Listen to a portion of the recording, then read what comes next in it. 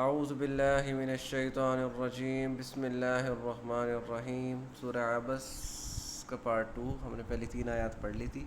عبس وتولی ان جاءہ الاعمی، اس نے رخ پھیرا، اس نے تیوریاں چڑھائی، اس نے رخ پھیرا کہ اس کے پاس ایک نابینا آ گیا۔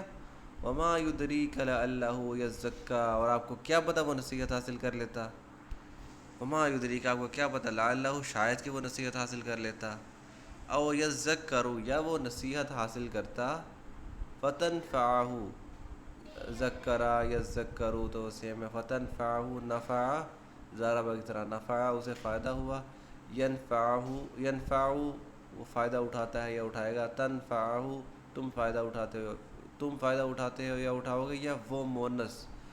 فتنفعہ بس وہ اسے نفع پہنچاتا، الذکریٰ نصیحت، بس وہ اسے نصیحت پہنچاتا۔ اس میں نا 2 طرح کے لوگوں کا ذکر کیا گیا ہے۔ آپ صلی اللہ علیہ وسلم کی محفل میں نا 2 طرح کے لوگ آیا کرتے تھے۔ ایک تو وہ جن کو کوئی سوال ہوا کرتا تھا، جنہیں کوئی مسئلہ درپیش ہوتا تھا تو آپ صلی اللہ علیہ وسلم کے پاس آ کے اپنا مسئلہ سامنے پیش کرتے تھے، آپ صلی اللہ علیہ وسلم اس کا حل نکال کے دے دیتے تھے۔ اور دوسرے قسم کے وہ لوگ تھے جن کا کوئی سوال تو نہیں ہوتا تھا، لیکن وہ آپ صلی اللہ علیہ وسلم کی محفل میں آ کے بیٹھ جاتے تھے کہ دوسرے لوگ جب سوال پوچھیں تو اس سے ہمیں کوئی فائدہ ہو یا کوئی سیکھنے کو ملے، کوئی نیا حکم، کوئی ایسی چیز جو ایک نہیں ہے وہ ہمیں سمجھنے کو ملے۔ تو یہ چیز 2 طرح کے لوگ، تو پہلے قسم کے لوگوں کا ذکر یہاں میں کیا کہ وما یدریک لعلہ یزکی، آپ کو کیا خبر کہ شاید وہ نصیحت حاصل کرتا آپ سے سوال پوچھ کے، او یذکر، یا کوئی اور نصیحت حاصل کرتا، فتنفعہ ذکرا، لیکن اس کے دوسرے کے نصیحت حاصل کرنے سے اسے کوئی فائدہ پہنچتا۔ اما پس بہرحال من استغنا، جو من وہ جو استغنایا، جو بے پرواہ ہے، استغنا یا غنی ہے جو لاپرواہی کرتا ہے۔ اما من استغنا، بہرحال جو بے پرواہ ہے، جو آپ کی بات سنتا نہیں ہے، آپ کی بات کو خاطر میں نہیں لاتا، فانت پس آپ لہو اس کے لیے تصدی، اس کا مطلب ہوتا ہے پیاسے ہونا کسی کے لیے نا، یعنی کسی کے پیچھے پڑنا انہیں سمجھانے کے لیے، صدیا یا صدیو، تصدیو جس کو تصدیٰ پڑھا جاتا ہے، یعنی جو بے پرواہ ہے، جو آپ کی بات سننا نہیں چاہتا، آپ اس کے وہ کر رہے ہیں، مطلب اس کے پیچھے بھاگ رہے ہیں۔ اصل میں یہ تنبیہ جو کی جا رہی ہے نا، وہ تنبیہ ایک تو آپ صلی اللہ علیہ وسلم کو نہیں کی جا رہی، بلکہ آپ صلی اللہ علیہ وسلم کے توسط سے وہ کافروں کو کی جا رہی ہے۔ اور دوسرا یہ یوں نہیں ہے کہ آپ صلی اللہ علیہ وسلم سے کوئی فرض میں غفلت ہو گئی تھی، بلکہ ایک چیز غور سے سمجھ لیں کہ انبیاء کے کبھی بھی غفلت نہیں ہوا کرتی، انبیاء سے کبھی کوئی گناہ نہیں ہوتا۔ البتہ یہ ہوتا ہے کہ وہ کوئی اللہ تعالیٰ نے حکم دیا، اس حکم کو پورا کرنے کے شوق میں، جذبے میں اتنا زیادہ آگے بڑھیں کہ وہ جو ایک تھوڑی سی اپنے بیلنس ہونا چاہیے تھا نا، اس بیلنس کو کراس کر جائیں، یہ ہوتا ہے، یعنی فرط جذبات میں۔ جیسے حضرت موسیٰ کو اللہ تعالیٰ نے ادھر بلایا کوہ طور پہ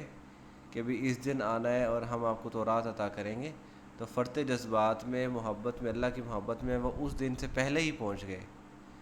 اور جب اللہ تعالیٰ نے ان کی پکڑ کی، تنبیہ کی، تو انہوں نے کہا کہ اے اللہ میں محبت میں، تیری محبت میں جلدی آ گیا۔ تو ایسے ہی جب اللہ تعالیٰ نے شروع میں جب اسلام پھیلنا شروع ہوا تھا، حکم دیا تھا کہ ان کے سرداروں کے پاس جا کے انہیں دعوت و تبلیغ کرو، اس کا یہ مقصد تھا کہ ان کو پہلے ٹارگٹ کرو، ان کو پہلے سمجھاؤ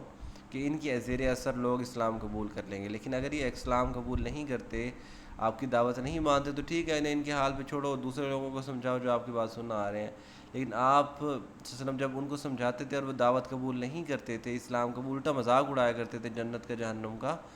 تو آپ صلی اللہ علیہ وسلم کو دکھ ہوتا تھا، انہیں یہ لگتا تھا کہ بھی میری دعوت میں، میری سمجھانے میں کوئی کمی ہے، جو یہ میری بات نہیں سمجھ رہے۔ سورہ اس کی آیت ہے کہف کی، فَلَعَلَّكَ بَاخِعٌ نَفْسَكَ عَلَىٰ آثَارِهِمْ، کہ آپ اپنے آپ کو ہلاک ہی کر ڈالیں گے، ان لم یؤمنوا بِهَٰذَا الْحَدِيثِ آسفا، کہ یہ جو آپ ان کو دعوت و تبلیغ کر رہے ہیں، بات سمجھا رہے ہیں، اس پہ ایمان نہیں لا رہے، یہ آپ کا قصور نہیں ہے، آپ کا کام تو پیغام پہنچانا، ان کا ایمان لانا نہ لانا ان کا مسئلہ ہے۔ تو وہ جو اپنا ایمان نہیں لے کے آ رہے، دعوت قبول نہیں کر رہے، وہ آپ کا مسئلہ نہیں ہے، آپ اپنے آپ کو ہلاکت میں نہ ڈالیں۔ تو اب بھی یہی ہے کہ بھی آپ کو جب حکم دیا گیا کہ ان کو دعوت و تبلیغ کریں بڑے لوگوں کو، وہ اس وجہ سے تھا کہ یہ دوسرے لوگ ان کے زیر اثر اسلام قبول کر لیں۔ لیکن اگر یہ آپ کی بات نہیں مان رہے، الٹا مذاق اڑا رہے ہیں آپ کے ساتھ، آپ کے ساتھیوں کا اور آپ کے دین کا مذاق اڑایا جا رہا ہے، تو ظاہر ہے پھر آپ نے یہ ایسا کام نہیں کرنا۔ اما من استغنا فانت لہ تصدی، بھی جو بے پرواہ ہے، آپ کی بات سننا ہی نہیں چاہتا، آپ اسے بے پرواہ ہیں، آپ مطلب اس کی پرواہ ہی نہیں کرتے۔ وما علیہ کا، اور نہیں ہے آپ پہ، ان کے لا یزکا، وہ نصیحت حاصل نہیں کرتے۔ اور یہ آپ پہ نہیں ہے کہ وہ نصیحت حاصل نہیں کرتے، یزکا زکایا یزکا یوں، تو یعنی یہ آپ کا قصور نہیں ہے کہ وہ نصیحت حاصل نہیں کر رہی ہے وہ، بلکہ وہ ان کا، اور یہی ہے نا کہ آپ وسلم پہ ہے کہ وہ ان کا کام ہے صرف دعوت و تبلیغ پہنچانا، صرف وما علینا الا البلاغ کہتے ہیں نا ہم، ہمارا کام ہے صرف واضح طریقے سے پیغام پہنچا دینا، تو یہی نبی کا کام ہے کہ واضح طریقے سے پیغام پہنچا دینا۔ وہ ہے نا سورہ غاشیہ کی آیت ہے، سورہ اعلیٰ کی، لست علیہم بمسیطر، کہ آپ ان کے اوپر مسلط نہیں کر دیے گئے، آپ انہیں سمجھائیں، آگے ان کی مرضی سمجھیں یا نہ سمجھیں۔ وما علیہ کا اللہ یزکا، آپ پہ اس کا کوئی بوجھ نہیں ہے، یا آپ سے اس کی پوچھ گچھ نہیں ہوگی کہ بھی وہ نصیحت حاصل نہیں کرتے۔ تو یہیں تک کل انشاءاللہ آگے پڑھیں گے۔ وما علینا الا البلاغ المبین۔